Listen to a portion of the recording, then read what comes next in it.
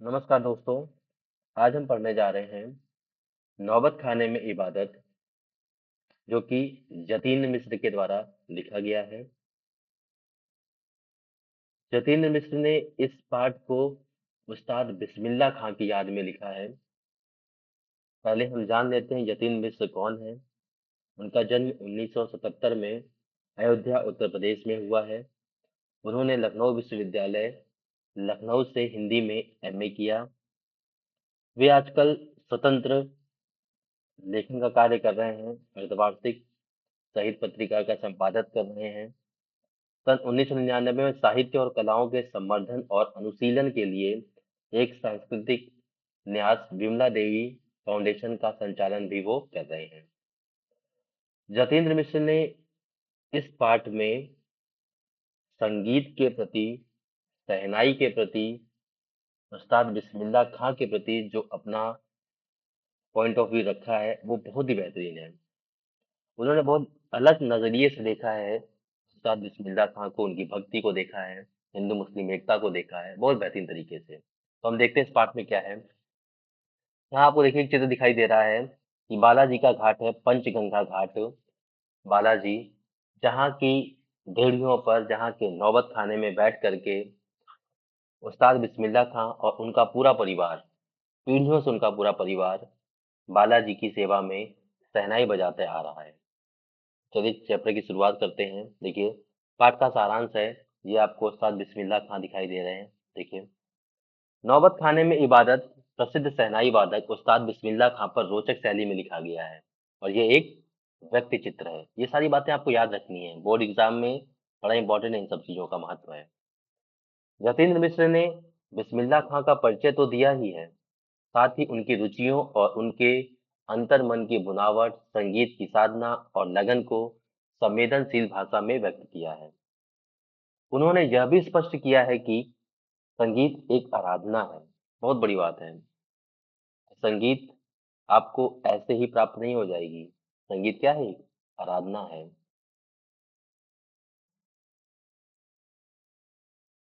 संगीत की साधना और लगन को संवेदनशील भाषा में व्यक्त किया है इन्होंने, जो कि एक आराधना है। इसका विधि विधान होता है, इसका शास्त्र है। इस शास्त्र से परिचय आवश्यक है। सिर्फ परिचय ही नहीं, उसका अभ्यास भी जरूरी है।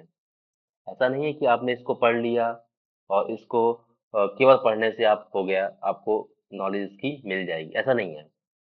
इसका अभ्यास करना पड़ेगा आपको।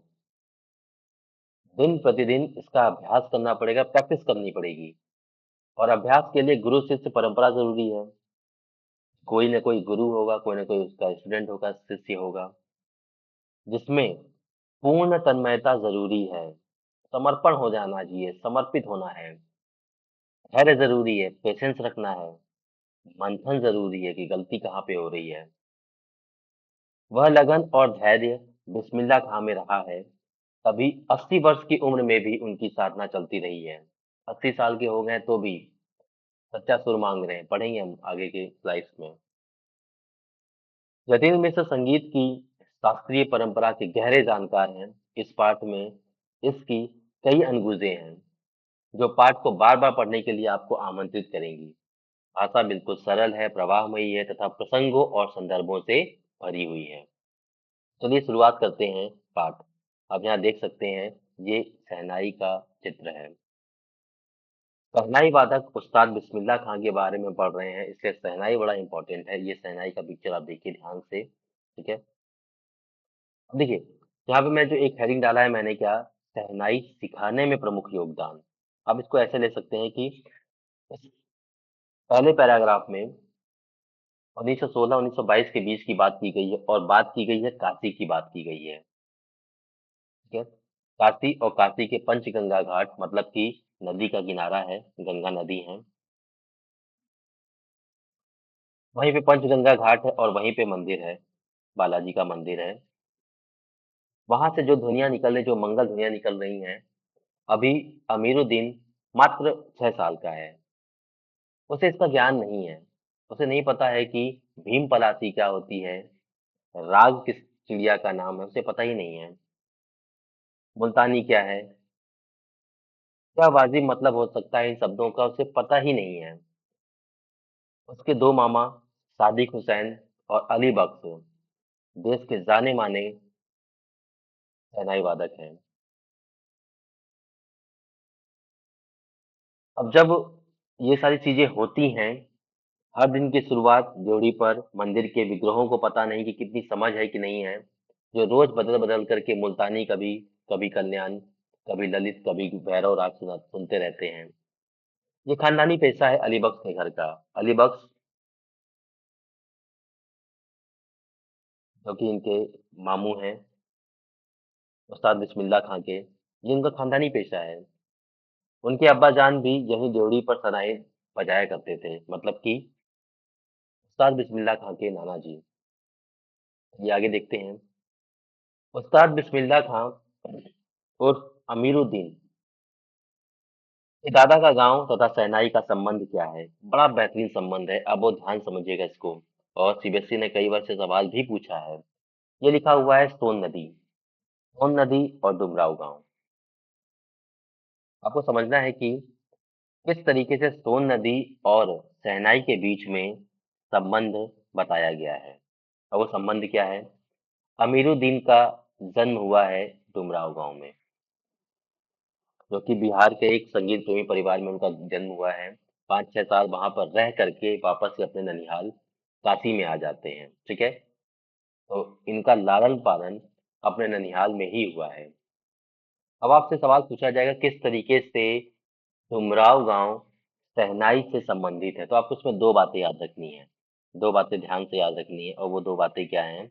पहली बात है कि जन्म हुआ है अमीरुद्दीन बिस्मिल्लाह उस्ताद बिस्मिल्लाह खां का।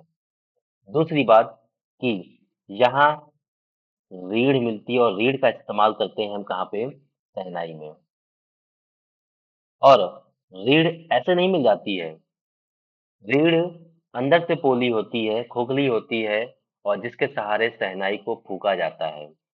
और ये रीढ़ जो होती है, नरकट नाम की एक घास से मिलती है, जो केवल डुमराव में मुख्यतः सोन नदी के किनारे पाई जाती है। तो देखिए कितना गजब कनेक्शन है। इतना ध्यान से, है ना, इसको आपको याद करना है। जब आपसे पूछा जाएगा कि डुमराव गांव से उस्ताद बिस्मिल्लाह खां का क्या संबंध है, तो आप दोनों बातें बताएंगे। एक तो जन्म की बात बताएंगे, उनका जन्म हुआ है वहां पे, उनके दादा का घर है वहां पे, और शहनाई में लगने वाली जो रीढ़ है जिसके सहारे से शहनाई को फूका जाता है, वो रीढ़ भी मिलती है सोन नदी के किनारे नरकट नाम की घास से।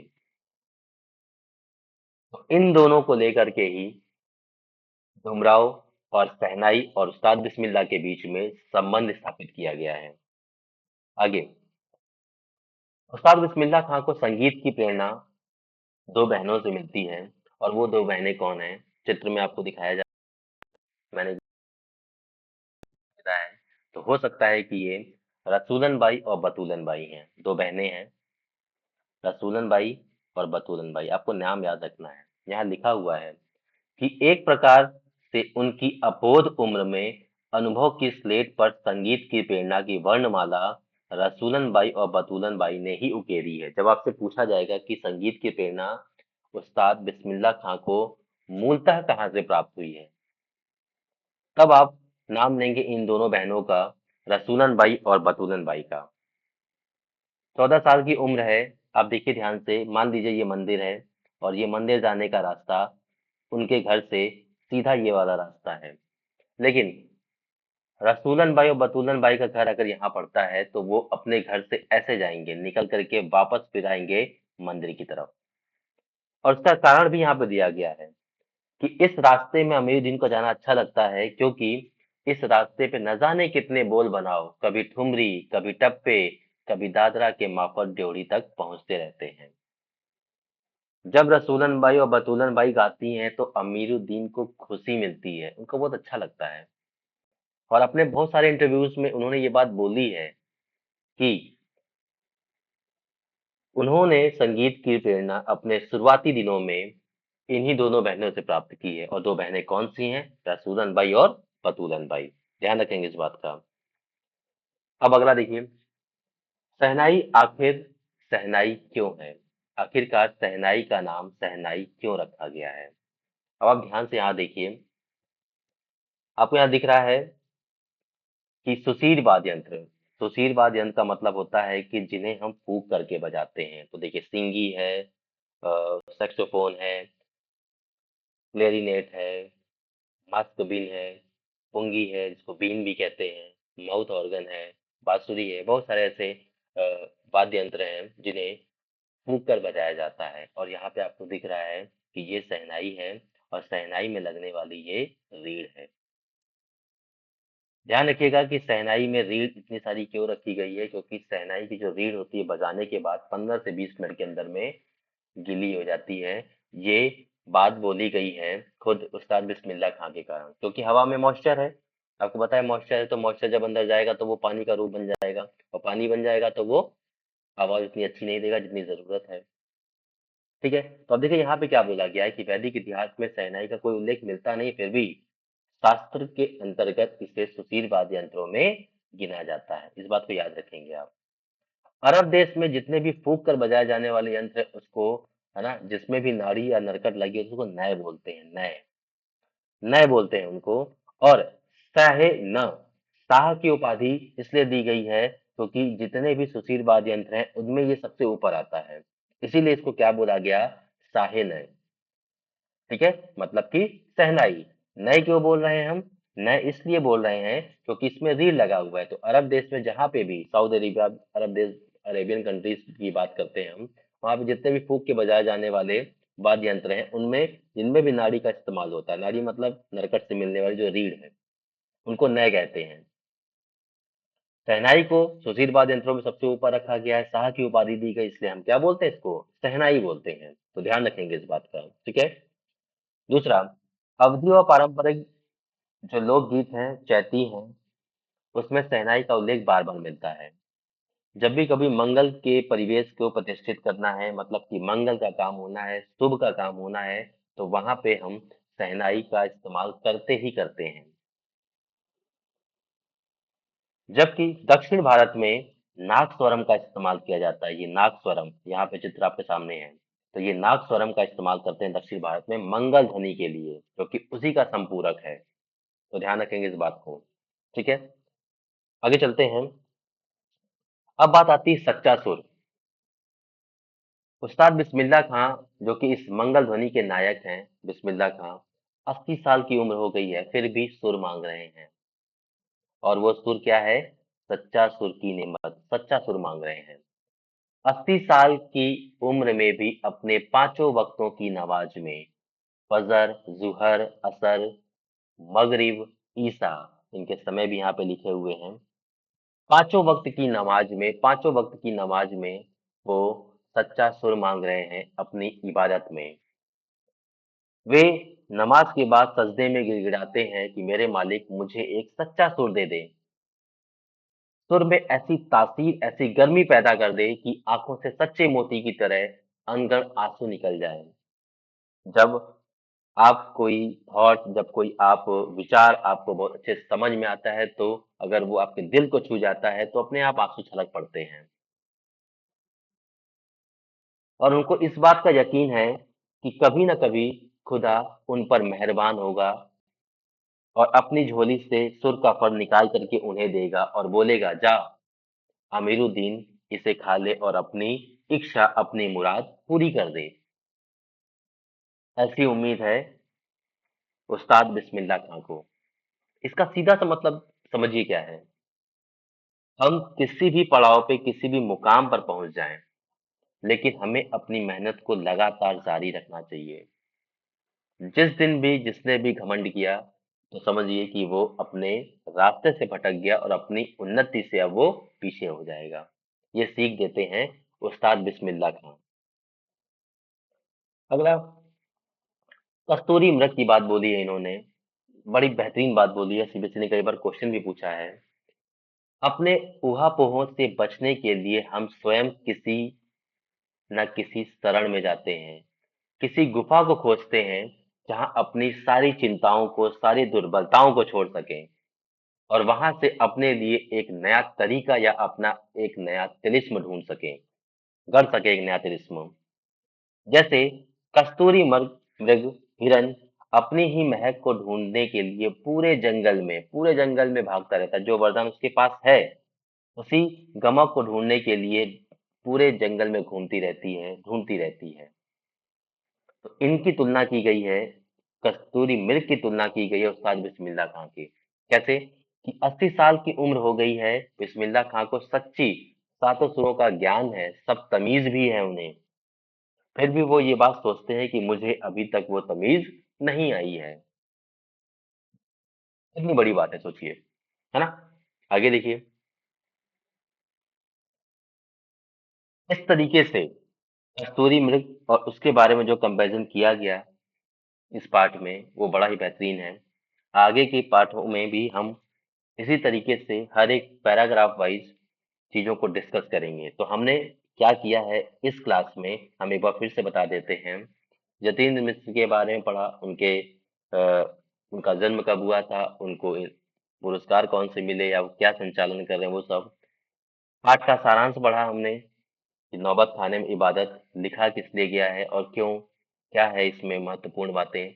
फिर उसके बाद हमने देखा कि किस तरीके से 6 साल की उम्र में जो उनके भाई हैं शमसुद्दीन और अमीरुद्दीन अपने ननिहाल में हैं, ठीक है, उन्हें पता नहीं है कि भीम पलासी और मुल्तानी क्या होती है, जबकि उनके मामा अली बख्श और सादिक हुसैन बड़े ही जाने माने शहनाई वादक हैं। उसके बाद शहनाई और डुमराव गांव के बीच में जो संबंध स्थापित किया गया, उसे आपको पता होना चाहिए कि सोन नदी के किनारे मिलने वाली नरकट घास जहां से रीढ़ मिलती है और जिसका इस्तेमाल करते हैं शहनाई में, एक ये संबंध है अमीरुद्दीन उस्ताद बिस्मिल्लाह खां का डुमराव गांव से, और दूसरा उनका जन्म वहीं पे हुआ है, उनके दादा दादी का घर है वहां पे। ये संबंध आपको मिलता है डुमराव गांव से। अगला है संगीत की प्रेरणा। संगीत की प्रेरणा उन्हें दो बहनों से मिली है, रसूलन बाई और बतूलन बाई। उन्होंने खुद बोला है कि शुरुआती क्षणों में मुझे संगीत की प्रेरणा इन्हीं दोनों बहनों से मिली है। फिर इसके बाद हमने देखा कि शहनाई, आखिरकार शहनाई है क्यों, शहनाई क्यों कहते हैं। तो अरब कंट्रीज में, अरब देशों में जिन भी सुशीलवाद यंत्रों में रीढ़ का इस्तेमाल करते हैं उनको नए बोलते हैं, और सुशीलवाद यंत्रों में शहनाई सबसे ऊपर है, इसलिए हम इसे साहेना या शहनाई बोलते हैं। इसी तरीके से कंपैरिजन किया गया है कि उत्तर भारत में जितने भी मंगल कार्य होंगे वहां पे शहनाई बजाई जाती है। दक्षिण भारत में, साउथ इंडिया में नागस्वरम सेम संपूरक है बिल्कुल इसका, शहनाई का। सच्चा सुर, उस्ताद बिस्मिल्लाह खां के पास वास्तव में सच्चा सुर है, फिर भी अपनी 80 साल की उम्र में अपने पांचों वक्त की नमाज में वे खुदा से इबादत में मांगते हैं सच्चा सुर। इस सच्चा सुर का जो तुलना की गई है कस्तूरी मृग से की गई है, कि जैसे कस्तूरी मृग के पास अपने पास ही वो खुशबू है, वो गमक है, लेकिन वो पूरे जंगल में उसको ढूंढती रहती है।